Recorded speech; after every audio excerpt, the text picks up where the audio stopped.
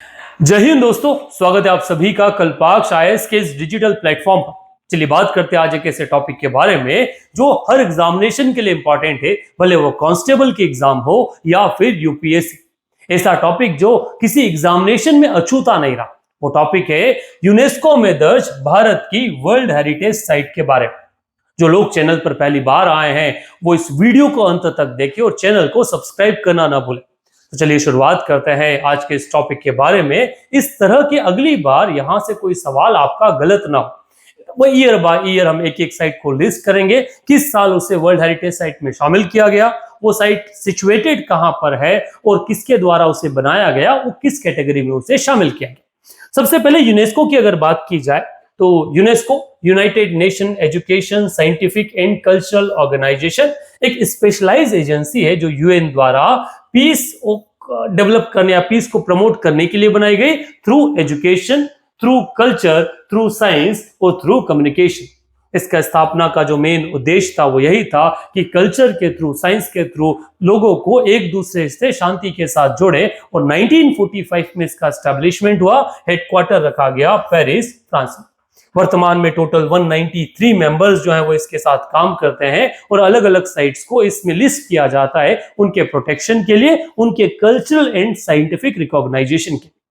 भारत में अगर UNESCO world heritage site Bharat की एंट्री के बारे में बात की जाए तो भारत को यूनेस्को वर्ल्ड हेरिटेज साइट में ऑफिशियल एंट्री 1983 में मिली, जब भारत की 4 साइट्स को एक साथ यूनेस्को वर्ल्ड हेरिटेज साइट में इंक्लूड किया गया, जो थी आते इन द सेंस शुरुआत की आपकी आगरा फोर्ट, अजंता केव्स, ताजमहल और एलोरा केव्स।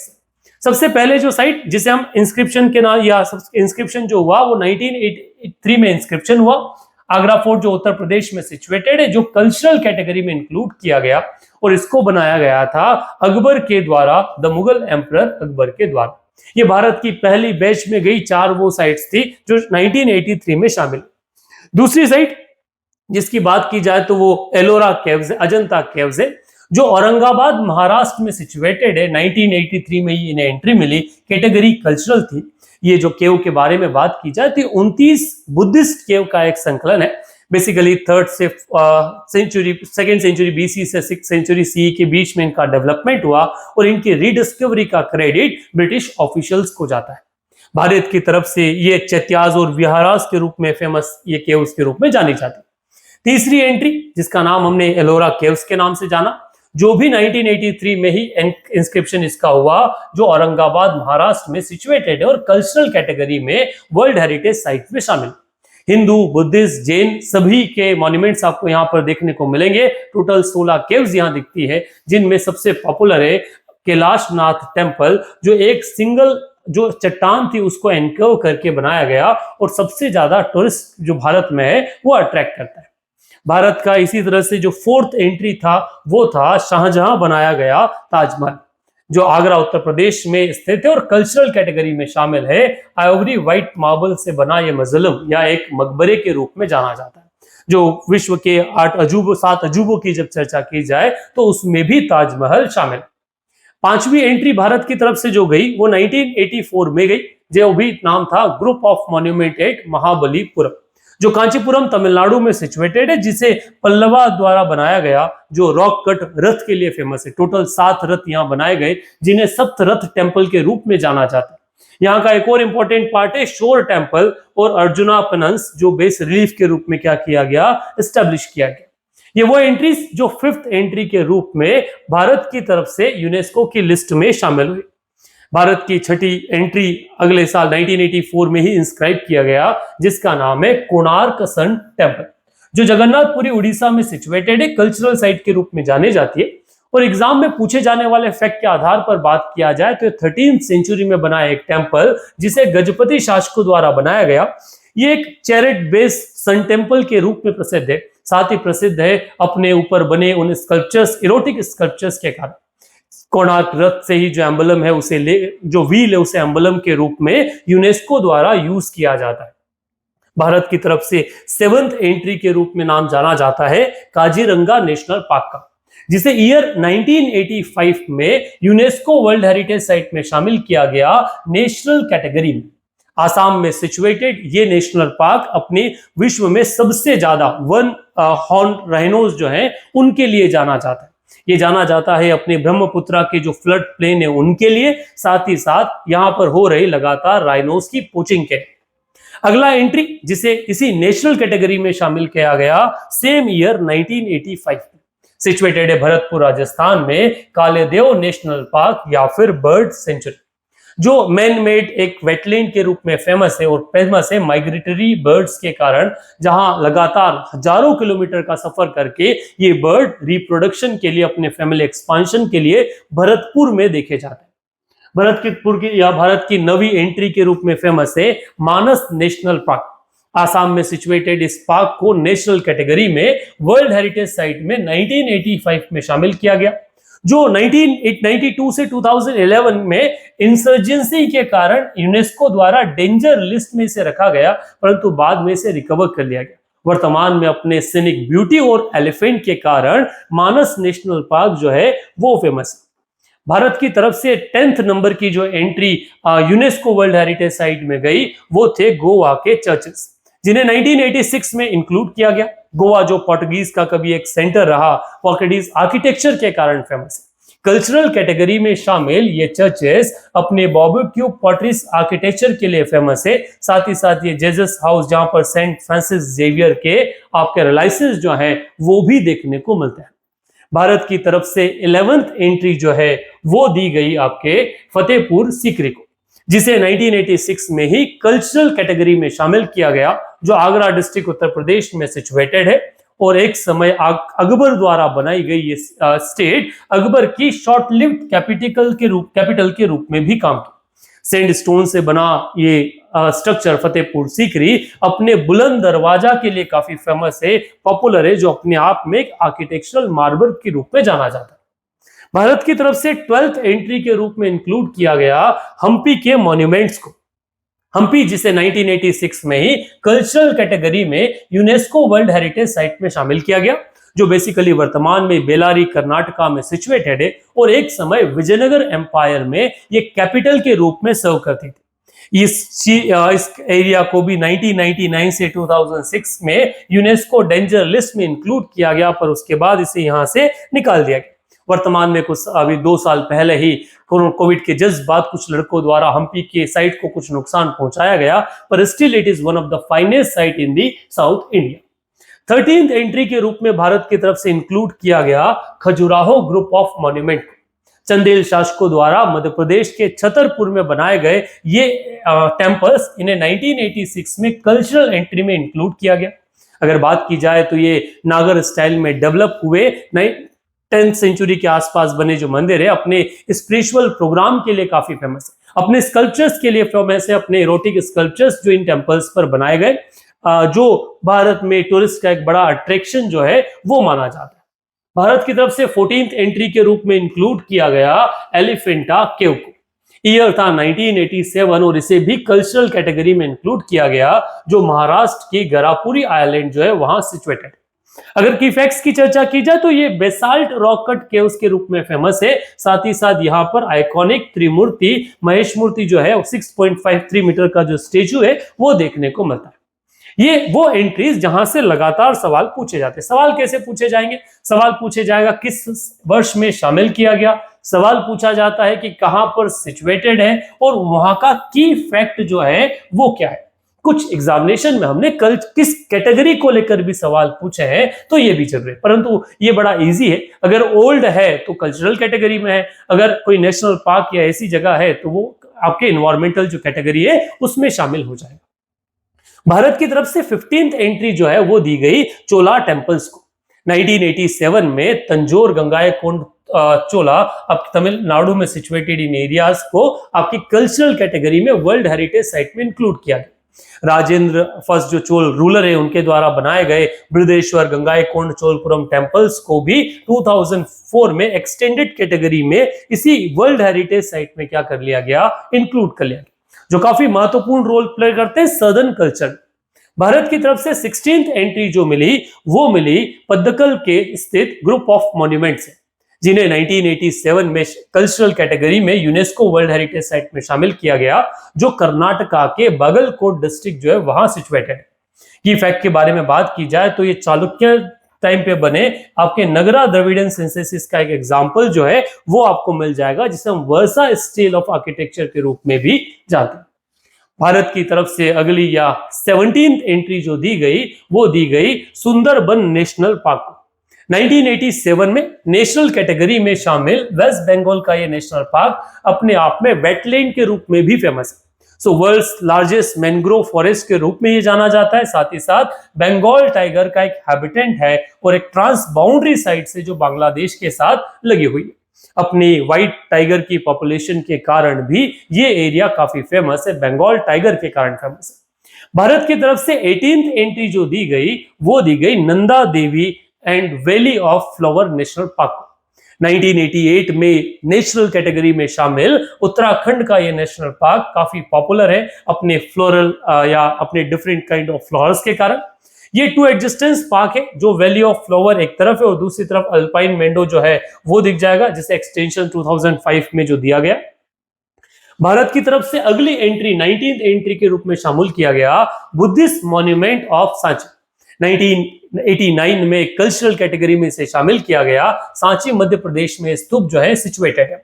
अशोका द्वारा बनाए गए ये फेमस टेंपल अपने गेटवे के कारण फेमस है, अपनी जो बुद्धिस्ट कंसिडर या अपने आर्किटेक्चरल मार्बल के रूप में इन्हें माना जाता है। ये वर्ल्ड के कुछ पॉपुलर ओल्डेस्ट मॉन्यूमेंट के रूप में भी प्रचलित।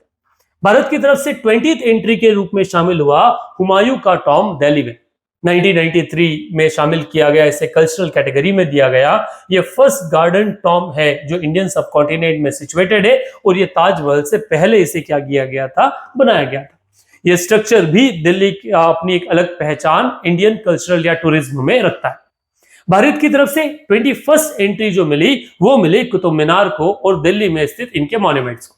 1993 में ही इन्हें कल्चरल कैटेगरी में शामिल किया गया। ये एक टॉलेस्ट ब्रिक मिनरेट के रूप में जाना जाता है, जो लगभग 73 मीटर के आसपास ऊंचा है, जो कुतुबुद्दीन ऐबक द्वारा बनाया गया, जिसे बाद में इल्तुतमिश और फिरोज शाह द्वारा भी इसमें एड ऑन किया गया। ख्वाजा कुतुबुद्दीन बख्तियार काकी की मेमोरी में बनाया गया ये स्ट्रक्चर अपने आप में अर्ली इस्लामिक स्ट्रक्चर के रूप में भारत में पॉपुलर। भारत की तरफ से 22nd एंट्री में आया माउंटेन रेलवे ऑफ इंडिया। 1999 में दार्जिलिंग, नीलगिरी, कालका, शिमले जैसी जो कुछ माउंटेन रेलवेज है उन्हें कल्चरल कैटेगरी में वर्ल्ड हेरिटेज साइट में इंक्लूड किया गया। 3 कंपोनेंट लाइंस इनिशियली 1999 में दार्जिलिंग को, बाद में एक्सटेंशन 2005-2008 में आपका नीलगिरी और कालका शिमला को इस कैटेगरी में शामिल किया गया। ये हिल्स, ये नैरो गेज ट्रेन जो बिना इलेक्ट्रिक, शायद अभी इलेक्ट्रिक हो चुकी हो, बड़ी पॉपुलर है अपनी नेचुरल ब्यूटी के कारण। माउंटेन को पास करके बड़ी बड़ी टनल से निकलती ये ट्रेनें आज भी काफी इंपॉर्टेंट रोल टूरिज्म के कैटेगरी में प्ले करती है। भारत की तरफ से 23rd एंट्री के रूप में शामिल किया गया महाबोधि टेम्पल कॉम्प्लेक्स ऑफ बोध गया। एक ऐसा कॉम्प्लेक्स जहां बुद्धा ने अपना जो ज्ञान है, संबोधि, उसे पाया। ईयर 2002 में इन्हें इंक्लूड किया गया कल्चरल कैटेगरी में। ये बुद्धा के एनलाइटेनमेंट की वो जगह है जहां अशोका ने बाद में काफी रेस्टोरेशन का जो काम है वो किया अपने टाइम पीरियड। भारत की तरफ से 24th एंट्री में नाम मिलता है रॉक शेल्टर ऑफ भीमबेटका। लाखों साल पहले से अपने कल्चर के लिए फेमस इस साइट को 2003 में कल्चरल कैटेगरी में इंक्लूड किया। यह मध्य प्रदेश के रायसेन डिस्ट्रिक्ट में सिचुएटेड है और प्री हिस्टोरिक रॉक आर्ट के लिए फेमस है, जो लाख सालों से palaeolithic, Mesolithic, Neolithic, chalcolithic culture जो है उन कल्चर को एक्सप्लेन करता है और कलरफुल पेंटिंग के लिए जाना जाता है। 25th एंट्री के रूप में भारत की तरफ से इंक्लूड किया गया चांपनेर, जो पावागढ़ आर्कियोलॉजिकल पार्क है, उसको 2004 में पंचमहल गुजरात में सिचुएट इसको कल्चरल कैटेगरी में इंक्लूड किया गया। ये एक प्री मुगल इस्लामिक सिटीस्केप के रूप में जाना गया, जहां हिंदू जैन मॉन्यूमेंट जो है वो भी आपको इस्लामिक पीरियड या मुगल सिटी के रूप में उन्हें कन्वर्ट किया गया था इस्लामिक रूलर्स के द्वारा। भारत की तरफ से 26th एंट्री के रूप में इंक्लूड है आपका छत्रपति शिवाजी टर्मिनल, जो फॉर्मली विक्टोरिया टर्मिनल के रूप में जाना गया। मुंबई का ये रेलवे स्टेशन, जिसे 2004 में मुंबई कल्चरल कैटेगरी में इंक्लूड किया गया, जिसका डिजाइन जो है FM स्टीवन द्वारा किया गया था और वर्तमान में भी रेलवे का फंक्शनल हेडक्वार्टर के रूप में जाना है। ये मुंबई की एक पहचान के रूप में ऐसी कोई फिल्म नहीं जिसकी शुरुआत में मुंबई दिखाया गया हो और छत्रपति शिवाजी टर्मिनल शायद उसमें नहीं दिखाया। भारत की तरफ से 27वें नंबर की जो एंट्री है वो है रेड फोर्ट कॉम्प्लेक्स, जिसे 2007 में कल्चरल कैटेगरी में सिचुएट किया गया, जो शाहजहानाबाद पैलेस फोर्ट हुआ, सिंबल ऑफ इंडियन इंडिपेंडेंस के रूप में इसे जाना जाता है और आज भी भारत के प्रधानमंत्री यहीं से अपनी फ्लैग होस्टिंग जो है या फ्लैग अनफ्लर जो वो करते हैं। लाल किला भारत की पहचान है और 28th एंट्री के रूप में भारत की तरफ से जो शामिल किया गया वर्ल्ड हेरिटेज साइट में वो है आपका जंतर मंतर जयपुर। जयसिंह द्वारा, सवाई जयसिंह द्वारा बनाए गए ये वो मॉन्यूमेंट जो अलग अलग 4 जगह पर उन्होंने लेबोरेटरी या टाइम की गणना, समय गणना के लिए बनाई गई, जिसमें से एक दिल्ली, एक जयपुर, एक उज्जैन और एक वाराणसी में सिचुएटेड। इनमें से जो जयपुर है राजस्थान, उसे इस कैटेगरी में शामिल किया गया, जो कल्चरल कैटेगरी में वर्ष 2010 में शामिल हुई और लार्जेस्ट एस्ट्रोनॉमिकल ऑब्जर्वेटरी के रूप में क्या है शामिल है, जिसमें सम्राट यंत्र जो काफी बड़ा यंत्र है वो भी सनडायल के रूप में यहाँ पर स्थित दिखता है। 29th एंट्री मिली वेस्टर्न घाट्स को। 2002 में नेशनल कैटेगरी में आपके गोवा, कर्नाटक, केरला, तमिलनाडु में सिचुएटेड इस साइट को आपके भारत के वर्ल्ड हेरिटेज साइट की एंट्री के रूप में ऑफिशियली शामिल किया गया, जिसमें 39 कंपोनेंट प्रॉपर्टीज जो है वो इंक्लूडेड है, जो अपनी बायोडाइवर्सिटी, अपने लैंडस्केप के कारण काफी पॉपुलर है, अपनी ब्यूटी के कारण एक बड़ा टूरिस्ट स्पॉट के रूप में जाना जाता है।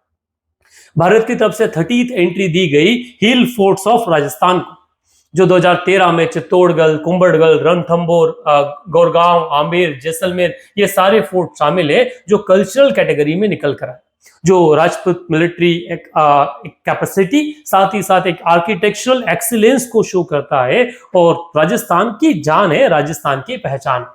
भारत की तरफ से 31st एंट्री जो है वो great Himalayan national park conservation area को दिया, जिसे 2014 में इंक्लूड किया गया नेशनल कैटेगरी में, जो कुल्लू हिमाचल प्रदेश में सिचुएटेड है।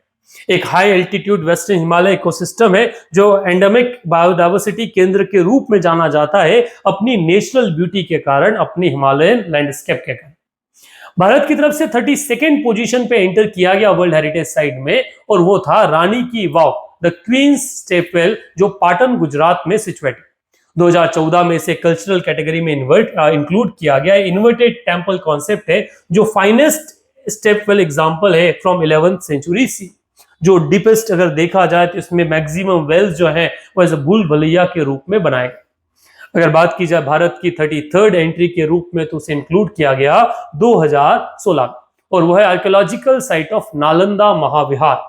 2016 में नालंदा यूनिवर्सिटी के उन महाविहारों को इंक्लूड किया गया जो 5th to 12th सेंचुरी के आसपास बनाए गए, जहां ज़ेंजोंग या हैंसोंग जो है वो स्टडी के लिए आए थे, जिस यूनिवर्सिटी को बाद में बख्तियार खिलजी द्वारा आग लगा दी गई। भारत की तरफ से अगली एंट्री जो 34th एंट्री के रूप में जो शामिल किया गया वो थे आपके कांचनजंगा नेशनल पार्क, कंचनजंगा जो नेशनल पार्क जो 2016 में सिक्किम में सिचुएटेड मिक्स कैटेगरी में से इंक्लूड किया गया। भारत का एक अकेला साइट जो है जिसे मिक्स कैटेगरी में इंक्लूड है, जो कल्चरल भी है और साथ ही साथ इकोलॉजी कॉम्बिनेशन के साथ में या नेशनल कैटेगरी में इसे इंक्लूड किया गया। ये नेशनल पार्क अपने नेशनल और कल्चरल दोनों कारणों से क्या है फेमस है।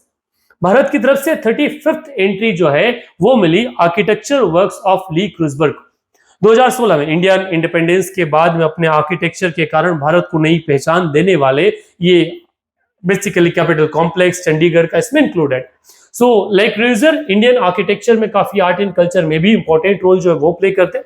इनके 7 कंट्रीज में 17 डिफरेंट वर्क्स है, जिसमें इंडिया में चंडीगढ़ का कैपिटल कॉम्प्लेक्स जो है वो इसमें शामिल है। जो आपको कॉम्प्लेक्स इस तरह से जनरली ये जो डिजाइन है वो दिखती है my god where I am finding it, yes this one the design.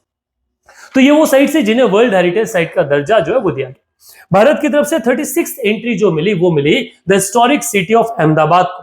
2017 में अहमदाबाद गुजरात को कल्चरल कैटेगरी में पहली भारत की ऐसी सिटी जिसे कंप्लीट सिटी को ही हिस्टोरिक सिटी का दर्जा दिया गया, वर्ल्ड हेरिटेज साइट का दर्जा दिया गया।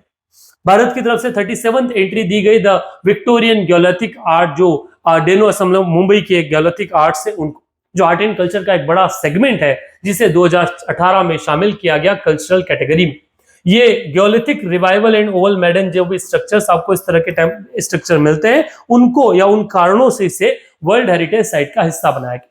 सवाल वही, सवाल कैसे पूछे जाते हैं, तो वही दोस्तों 18 में ईयर पूछा जा सकता है, कब शामिल किया गया, लोकेशन क्या है, और की फैक्ट्स जहां से सवाल एग्जामिनेशन में देखते हैं। भारत की तरफ से 38 पोजीशन पर जो एंट्री मिली वो मिली जयपुर सिटी, जहां अहमदाबाद के बाद दूसरी ऐसी सिटी जो प्लांट सिटी थी जिसे वर्ल्ड हेरिटेज साइट का कल्चरल कैटेगरी में दर्जा मिला, जयपुर राजस्थान को। 18वीं सेंचुरी में राजा सवाई जय सिंह द्वितीय द्वारा एक अर्बन प्लानिंग बेस्ड वास्तु शास्त्र के आधार पर ब्लेस ये प्लिंक सिटी के रूप में पॉपुलर है जयपुर। भारत की तरफ से 39th एंट्री जो दी गई वो मिली आपके धोलावीरा, एक हड़प्पन सिटी को, जिसे 2021 में कल्चरल कैटेगरी में शामिल किया गया, जो कच्छ राजस्थान गुजरात में सिचुएटेड। ये best preserve Harappan urban settlement के रूप में जाता है साथ ही साथ सोफिस्टिकेटेड वाटर मैनेजमेंट के कारण एक ऐसे एरिया में सिचुएटेड है जहां पानी कम है। स्टिल ये बारिश के पानी को आज से हजारों साल पहले वेल्स या फिर अगर कहा जाए तो पॉन्ड में इकट्ठा करते थे और बाद में उनको यूज साल भर तक किया करते थे। थर्ड, भारत की 40th एंट्री के रूप में इंक्लूड किया गया काकतीय रुद्रशेष जो टेम्पल रामप्पा टेम्पल है, रामप्पा टेम्पल 2021 में मुलुंगु तेलंगाना में सिचुएटेड इस टेम्पल को कल्चरल कैटेगरी में इंक्लूड किया गया, जो 12th to 13th सेंचुरी बना हुआ फ्लोटिंग ब्रिक्स फ्लोर का एक लाइट वेट पोरस ब्रिक बना एक टेम्पल। भारत की तरफ से 41th पोजीशन पर जो एंट्री है वो मिली द सेक्रेड असेंबलेंस ऑफ द हॉयसाल्स को, जिसे 2023 में इंक्लूड किया गया आपके कल्चरल कैटेगरी में, जो आपका बेलूर, हैबुबुत और कर्नाटका में सिचुएटेड। होयसाल्स द्वारा इन टेम्पल्स को सॉफ्ट स्टोन की कार्विंग के थ्रू बनाया गया, जो आज भी वर्तमान में कई लोगों का एक टूरिस्ट या पॉपुलर टूरिस्ट अट्रैक्शन के रूप में देखा जाता है। भारत की तरफ से 42nd पोजीशन पे निकाल के लाया गया शांति निकेतन को। 2023 में वेस्ट बंगाल जो बीरभूमि वेस्ट बंगाल में सिचुएटेड है, इसे कल्चरल कैटेगरी में इंक्लूड किया गया, जो विश्व भारती कैंपस है जिसे रविन्द्रनाथ टैगोर का एक्सपेरिमेंटल जो वर्क है उनके लिए जाना जाता है। भारत की तरफ से 43rd एंट्री के रूप में इंक्लूड हुआ Moidam the mound burial system of the Ahom dynasty. 2023 में जो चाहेराव आसाम में सिचुएटेड, इसे कल्चरल कैटेगरी में इंक्लूड किया गया, जो अहोम रॉयल बरियल के रूप में है फेमस है, जो यूनेस्को वर्ल्ड हेरिटेज साइट में नॉर्थ ईस्ट से एक पहली कल्चरल एंट्री के रूप में जाना गया, क्योंकि इसके अलावा जो भी एंट्री नॉर्थ ईस्ट से मिली हमें वो कल आपका नेशनल कैटेगरी में मिली। भारत में 44th या लास्ट एंट्री जो दी गई वो मराठा मिलिट्री लैंडस्केप को दी गई, जिसे 2025 में आपका कल्चरल कैटेगरी में इंक्लूड किया गया, जो सीरियल अक्रॉस महाराष्ट्र, गोवा, कर्नाटक, तमिलनाडु में सिचुएटेड जो अलग अलग फोर्ट्स हैं जो मराठा के अपनी कैपेबिलिटी के कारण फेमस हुए, इन्हें इनमें इंक्लूड किया गया।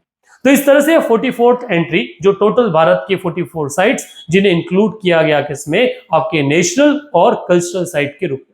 ये 44 साइट जहां से लगभग हर एग्जामिनेशन में सवाल जो है वो पूछा जाता है। इसके अलावा कुछ और साइट्स भी जो नेचुरल या किसी बायोडाइवर्सिटी या उस आधार पर उन्हें वर्ल्ड हेरिटेज साइट किया यूनेस्को द्वारा लिस्ट किया गया है, उनको किसी एक वीडियो में हम कवर करेंगे। ये वीडियो पूरा कैसा लगा आप जरूर बताइएगा।